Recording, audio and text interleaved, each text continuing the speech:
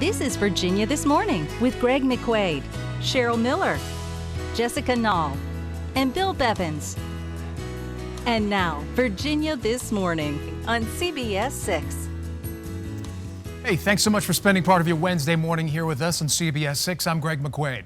Listen to this. It's estimated that 30 million Americans, including children, have diabetes, and another 86 million Americans have pre-diabetes. Those are just startling numbers. November is American Diabetes Month, and we want to bring awareness to this disease that can lead to very serious problems, including your feet, if not properly controlled.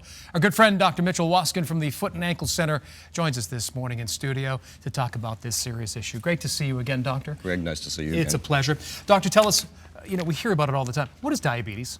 Diabetes basically is either an underproduction of insulin or the inability to use insulin in your body, and insulin is what brings the sugars into your cells for energy, so every cell needs it.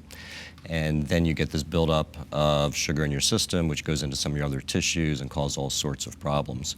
It's a leading cause of kidney disease in this country, blindness, and amputations. How do people know that they do have diabetes? Well, there are some certain signs, but the most important thing that I always tell people is get that annual exam from your primary care physician, because it's a simple blood test that can actually diagnose it. Is it preventable? A lot of it is genetic, so a lot of it is what gets passed down from mom and dad. So it may not be totally preventable, but it is controllable. What are some of the issues? We were talking about the feet.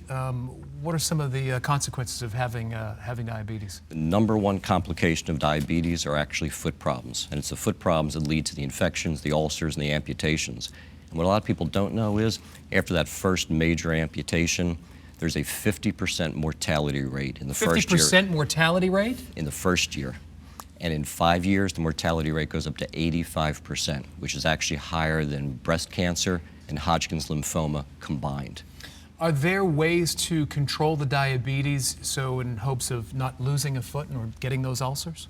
As it pertains really to foot problems, it's been shown that if once a year you do what's called an annual comprehensive diabetic foot exam, where we really look deeply at the risk factors that tend to cause the infections and the ulcers which lead to the amputations, that it reduces by 85% all those bad things that happen, including the amputations. And we try to encourage at our clinic all of our diabetic patients to once a year get that annual exam. And with that exam, what are some of the steps that you have to take? It's really simple. A lot of people are hesitant to get it because they're thinking, oh, something hurts. It doesn't hurt at all. We just take a little bit more time, really look closely at your circulation, really look closely at how good the nerves are functioning. They're simple tests, nothing hurts. Takes just a little bit longer than a regular office visit to do.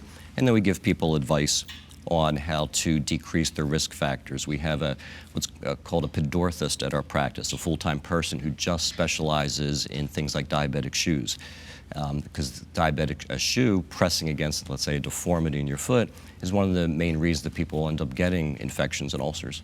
So what would a diabetic shoe? Is it just sort of an insert? No, actually, most of us, when we think of these medical grade shoes, diabetic shoes, we think of ugly orthopedic looking shoes. Right. And that doesn't have to be the case. When we hired our podorthist, we set her out on a task to find shoes that look like regular shoes.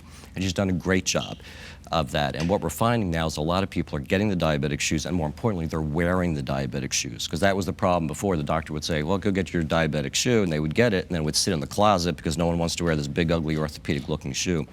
Now we have shoes that are made from actually some recognizable shoe companies that make diabetic versions of their shoes. Pretty stylish as well. Yeah, they are actually. All right, doctor, you're also being very proactive about being healthy and diabetes and taking care of your feet. We are. In addition to encouraging people to get this annual diabetic foot exam, each November, which is American Diabetes Month, we try to find something to help support diabetes. And this year, what we ended up doing is what we call our Selfie Footie campaign. Selfie Footie campaign. Selfie Footie campaign.